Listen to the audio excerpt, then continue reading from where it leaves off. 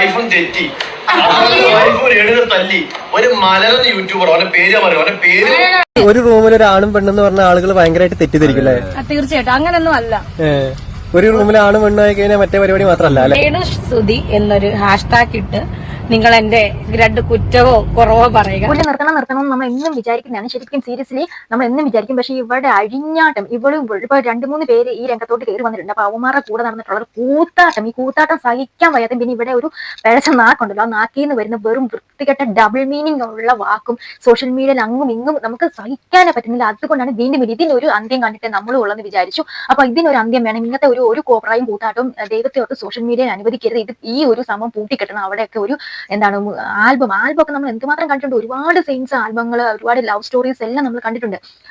എത്രമാത്രം പാട്ടുകളുണ്ട് അതിനകത്ത് ആ രംഗത്ത്. ഇത് ആൽബം എന്ന് പറഞ്ഞിട്ട് അവന്മാര് വേറെ കുറെ സംഭവങ്ങൾ പടച്ചു വിട്ടിട്ട് അങ്ങോട്ട് മെയിൻ സ്ട്രീം ഓൺലൈൻസ് വന്നിട്ട് എന്തൊക്കെ കാര്യങ്ങളാണ് നമുക്ക് എന്താണ് ഒരു ലൈംഗിക ചൊവയോട് കൂടിയിട്ട് ഇവന്മാര് പറഞ്ഞത്. അതുപോലെ തന്നെ രേണുവിന്റെ ഡബിൾ മീനിങ് വെച്ചിട്ടുള്ള ഓരോരോ അർത്ഥങ്ങളും ഓരോരോ ഊഹങ്ങളും അതൊക്കെ വെച്ചോക്കുമ്പോൾ നമുക്ക് വിഭക്തി തന്നെയാണ് രേണു. ഒരുപാട് ആൾക്കാർ ഇതുപോലെ എന്റെ കമന്റ് ബോക്സിൽ വന്ന് പറഞ്ഞിട്ടുണ്ട്. രേണുവിനെ സപ്പോർട്ട് ചെയ്തവർ വരെ മോളെ നിന്റെ കമന്റ് ബോക്സിൽ വന്നിട്ട് ഞാൻ രേണുവിന് വേണ്ടി ഞാൻ സപ്പോർട്ട് ചെയ്തിട്ട് നിന്നോട് ഞാൻ ഒരുപാട് ഫൈറ്റ് ചെയ്തിട്ടുണ്ട്. ഇപ്പൊ ഞാൻ രേണുവിനെ സപ്പോർട്ട് ചെയ്യുന്നില്ല. 3 അവന്മാരും കൂടെ ഇട്ടിട്ട് ആ പെണ്ണിന് എന്താണ് കാണിക്കുന്നത്, രേണുവിനോടുള്ള സട്ടല്ല ഒരിതും പോയെന്നൊക്കെ പറഞ്ഞ് ഒരുപാട് കമന്റ് നമ്മുടെ കമന്റ് ബോക്സിൽ തന്നെ വന്നിട്ടുണ്ട്. അപ്പൊ സോ ഗൈസ്, നിങ്ങൾ ആദ്യമായിട്ട് എന്റെ ഈ വീഡിയോ കാണുന്നെങ്കിൽ തീർച്ചയായിട്ടും സബ്സ്ക്രൈബ് ചെയ്ത് എന്റെ കൂടെ കൂടാൻ ശ്രമിക്കുക.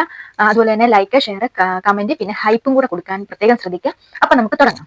ഇവിടെ ഒരു കാര്യം ആദ്യം തന്നെ പറയാനുള്ളത്, ദാസേട്ടൻ കോഴിക്കോട് എന്ന് പറഞ്ഞ ഒരുത്തനുണ്ടല്ലോ, ഒരു ദാസൻ, ഇവിടെ കൂടെ വാലെ തൂങ്ങി പാവാടവള്ളിയായിട്ട് നടക്കുന്നവൻ. അവൻ ഇന്നലെ ഒരു ഓൺലൈൻ മീഡിയയിലോട്ട് നമ്മുടെ അതുലിനെ കേന്ദ്രീകരിച്ച് ഒരു വാദപ്രതിവാദം അവിടെ നടക്കുന്ന കണ്ടിട്ടുണ്ടായിരുന്നു. അവന്റെ ഒരു സ്റ്റേറ്റ്മെന്റ് പറയുന്നുണ്ട്. ഏതോ ഒരു നമുക്കത് കേട്ട് നോക്കാം. കേട്ടിട്ട് നമുക്ക് അതിനുള്ള മറുപടി കൊടുക്കാം.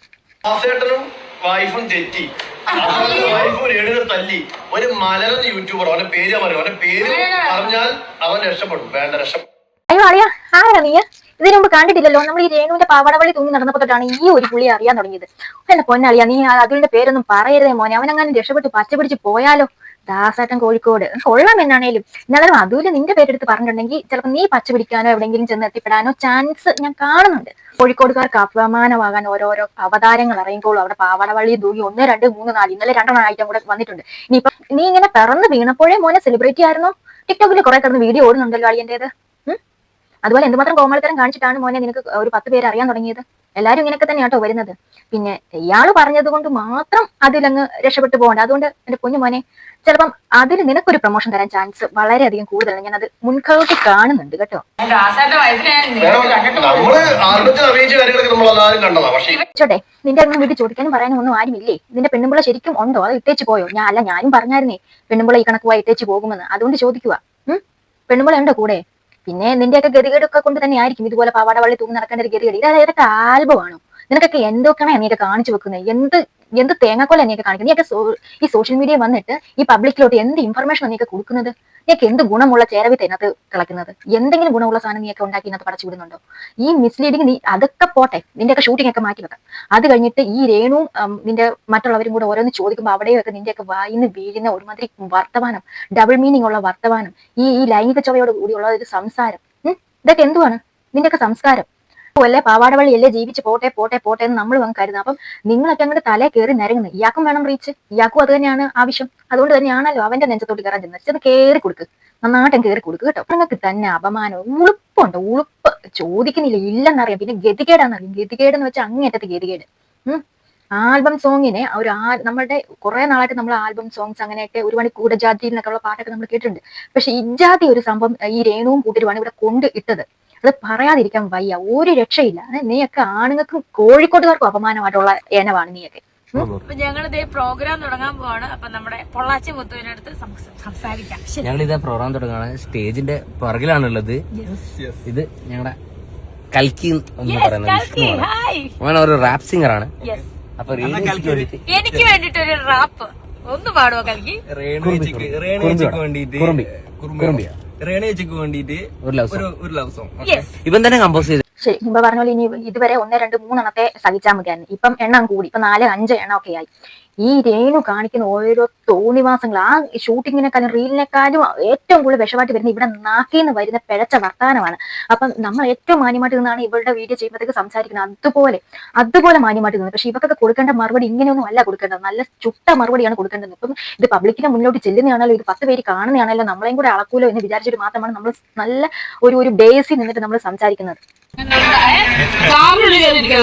ഭയങ്കര ചൂട് പുറത്ത്.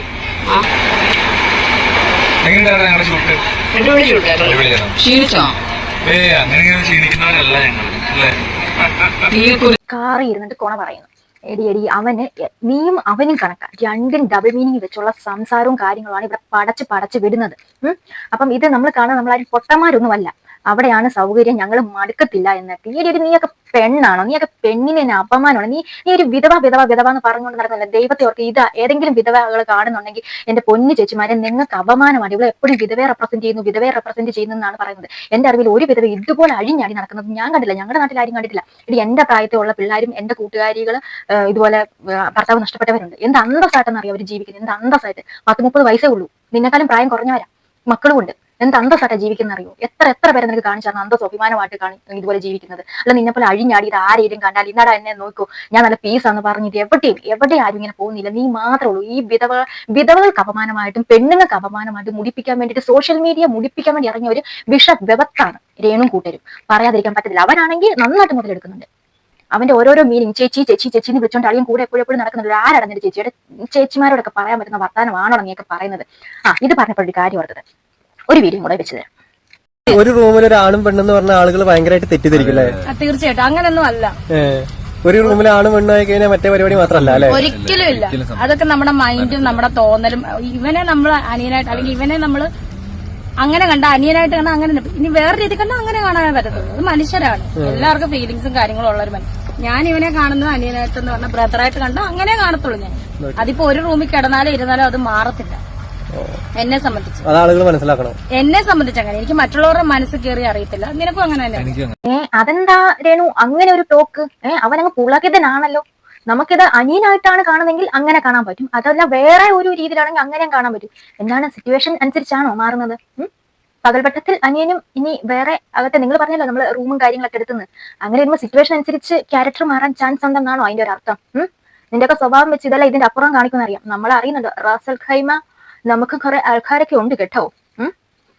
ചേച്ചിയുടെ റാസൽ ഖൈമ പോക്കുകൾ എല്ലാവർക്കും ഫീലിങ്സും കാര്യങ്ങളൊക്കെ ഉണ്ട്. പക്ഷെ ഒരു റൂമിൽ കിടന്നാലും എനിക്ക് എന്നെ സംബന്ധിച്ച് ഇതൊക്കെ അങ്ങോട്ടും ഇങ്ങോട്ടും അതായത് ഉത്തമ ഇതൊന്നും അങ്ങ് മാച്ച് ആകുന്നില്ലല്ലോ. രേണു എന്നാ സുമാവാ? രേണു ഒക്കെ സുമാവൊന്നുമല്ല. നമുക്കും അറിയാം, രേണുവിനും അറിയാം, കൂടെ നിൽക്കുന്നവർക്കും അറിയാം.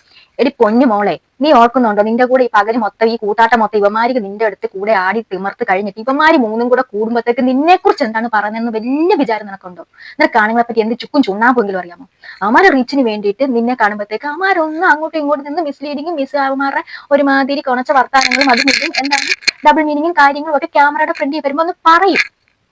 ഒന്നല്ലെങ്കിൽ പ്രജീഷും കെട്ടികളും ഇരിക്കുമ്പോഴോ അല്ലെങ്കിൽ പ്രജീഷ് വേറെ എവിടെയെങ്കിലും പോകുമ്പോഴോ പ്രജീഷിന്റെ കൂട്ടുകാരുടെ ഇടയ്ക്കോ അല്ലെങ്കിൽ ഈ പറഞ്ഞ ഈ മഞ്ഞക്കിളി പുതുതായിട്ട് വന്ന അവനാണെങ്കിൽ തന്നെ അവരുടെ കൂട്ടുകാരുടെ ഇടയ്ക്കൽ നിന്നെ കുറിച്ചുള്ള ധാരണ എന്തായിരിക്കും അവന്മാർ പടച്ചു വിടുന്നത് നിനക്ക് വലിയ ഊഹാപോഹം ഉണ്ടോ പെണ്ണെ? നിന്നെ അതെങ്ങനെ ഒരു പെണ്ണ് അതിന്റെ സ്വന്തമായിട്ട് അവനവൻ ഒരു വില കൽപ്പിക്കണം. എന്നാലേ താൻ ആരാന്നറിയുള്ളൂ. എപ്പോഴും ഒരു പെണ്ണിന്റെ അന്തസ് എവിടെയാണെന്നറിയോ? ഒരു പെണ്ണിന്റെ അന്തസ് എന്ന് പറയുന്നത് അവിടെ ആത്മാഭിമാനം, അല്ലാതെ ഇങ്ങനെ കിടന്ന് അഴിഞ്ഞാട്ടമല്ല. ആത്മാഭിമാനമുള്ള പെണ്ണ് സ്വന്തമായിട്ട് അവളെ ഏത് രീതിയിലാണെങ്കിലും ഒരു നോട്ടത്തിലാണെങ്കിലും മറ്റുള്ളവരുടെ പറച്ചിലാണെങ്കിലും വിൽക്കാൻ നിന്ന് കൊടുക്കത്തില്ല എന്നുള്ളതാണ്. ഏത് രീതിയിൽ, അത് മറ്റേ അർത്ഥത്തിൽ അങ്ങനെയല്ല, ഒരു നോട്ടത്തിൽ പോലും ഒരുത്തന്റെ നാക്ക് അവളെ കുറിച്ച് ഒരു മോശമായിട്ട് ഒരു വാക്ക് പറഞ്ഞാൽ പോലും അത് അരിയാൻ കഴിവുള്ളവളാ പെണ്ണ്. അറിയുമോ? ആത്മാഭിമാനം എന്ന് പറഞ്ഞ സാധനമുണ്ട്. ഇതിനൊക്കെ അത് വെല്ലുമുണ്ടോ? അതിനങ്ങനെ അന്തസ്സുള്ള അതിന് പറഞ്ഞ വിത്ത് വിതയ്ക്കണം. വിത്ത് വിതയ്ക്കുമ്പം വിത്ത് നല്ല വിത്താകണമെങ്കിൽ നല്ല വിളവ് കിട്ടുള്ളൂ. നിന്നെ വിതച്ചത് തണ്ടച്ചനല്ലേ, അപ്പൊ ഇതൊക്കെ കിട്ടുള്ളൂ. അപ്പൊ വിത്ത് ശരിയല്ലാത്തോണ്ട് വിളവും ശരിയല്ല. ഇൻസ്റ്റായും ഫേസ്ബുക്കും യൂട്യൂബും സന്തോഷായില്ലേ? സന്തോഷമായിരുന്നു. ഒരു ദിവസം എങ്ങനെ രേണുസുതിയെ കാണാത്ത ദിവസം ഞാൻ വിശ്വസിക്കില്ലായിരുന്നു. എനിക്ക് മനസ്സിലായി ടോട്ടല് രേണുസുതി. എന്റെ തല എന്റെ ഉടൻ, എന്റെ തല എന്റെ ഉടൻ. ഗൈസ്, റീച്ച് ഇല്ലാത്തവരുടെ ശ്രദ്ധയ്ക്ക് പ്രത്യേക കാര്യം ശ്രദ്ധിക്കുക. രേണു സുതി എന്നൊരു ഹാഷ്ടാഗ് ഇട്ട് നിങ്ങൾ എന്റെ രണ്ട് കുറ്റവോ കുറവോ പറയുക. നിങ്ങൾക്ക് 100% റീച്ച് കയറുന്നതായിരിക്കും. അടിപൊളിയായിട്ട് നിങ്ങൾക്ക് മാസം എനിക്ക് വന്ന വരുമാനം ലഭിക്കും. റീച്ച് ഇല്ലാത്തവർ രേണുസുതി ഒരു പേരിട്ടാ മതി. എന്റെ അഭിമാനത്തോടെയാണ് പറഞ്ഞത്. സുമ്മാവാ രേണു, സുമ്മാവാ. അപ്പം റീച്ച് ഇല്ലാത്തവര് അപ്പം നമുക്കിടയ്ക്ക് ആയിരിക്കും താങ്ങിയതല്ലേ. അപ്പൊ എന്റെ പൊന്നു രേണു, ചുമ്മാ രേണുസുതിയുടെ ഹാഷ്ടാഗ് ഇട്ടാൽ റീച്ച് കിട്ടുമെന്ന് പൊന്നുമോളോട് ആരാണ് പറഞ്ഞു തന്നത്? ഇതും കൂട്ടുകാരികളാണോ പറഞ്ഞു തന്നത്? ആയിരിക്കാൻ സാധ്യമില്ല. കാരണം ഈ അടുത്തിടെയായിട്ട് കൂട്ടുകാരികൾ നൈസായിട്ടൊന്ന് പ്ലേറ്റ് മാറ്റിയിട്ടുണ്ട്. എന്താണെന്നറിയില്ലോ, അവരും ഈ ഹാഷ്ടാഗ് തന്നെയാണ് യൂസ് ചെയ്യുന്നത്. പക്ഷെ റീച്ച് ഇല്ല. എന്താ കാരണം? അപ്പം എന്റെ പൊന്നുമോള് നീ ഇവിടെ മനസ്സിലാക്കേണ്ട കാര്യം എന്താണെന്ന് വെച്ചിട്ടുണ്ടെങ്കിൽ, രേണുസുതി എന്ന ഹാഷ്ടാഗിനല്ല ഇവിടെ റീച്ച്. രേണുസുതി കാട്ടിക്കൂട്ടുന്ന അപരാധത്തിന് പൊളിച്ചെടുക്കുന്നതിനാണ് ഇവിടെ റീച്ച്. അത് പൊന്നുമോളൊന്നും മനസ്സിലാക്കുക. എന്നാണ്ടോ ദാദാസാഹിബ് ഫാൽക്കെ അവാർഡ് വാങ്ങിച്ച പോലെ അവിടെ പറയുന്നത്. അപ്പം നീ കാട്ടിക്കൂട്ടുന്ന കോപ്പറായി ഇവിടെ ഓരോന്നോരോന്നായിട്ട് എടുത്ത് പൊളിച്ചെടുക്കി കൊടുക്കുന്നതിനാണ് ഇവിടെ റീച്ച് എന്ന് പറഞ്ഞ ഒരു സംഭവം കിട്ടുന്നത്. അല്ലാതെ രേണുസുതി എന്ന് പറഞ്ഞാൽ നമുക്ക് എന്താണ് ഇപ്പൊ നമ്മുടെ പ്രധാനമന്ത്രി പറഞ്ഞ പോലെ, അല്ല ലാലേട്ടൻ എന്ന് പറയുമ്പോൾ കിട്ടുന്നത് പോലെയുള്ള ഒരു പുരസ്കാരം അഭിമാനമൊന്നുമല്ല. കുപ്രസിദ്ധി രേണു, കുപ്രസിദ്ധിയിലൂടെ പ്രശസ്തി നേടിയ രേണു, പ്രശസ്തി ആർജിച്ച രേണു, അതിനാണ് ഇവിടെ പ്രസക്തി. മനസ്സിലായോ? ഇവിടെ കാര്യം പറയുമ്പോൾ നാക്കും കൂടി ഉൾക്കുക.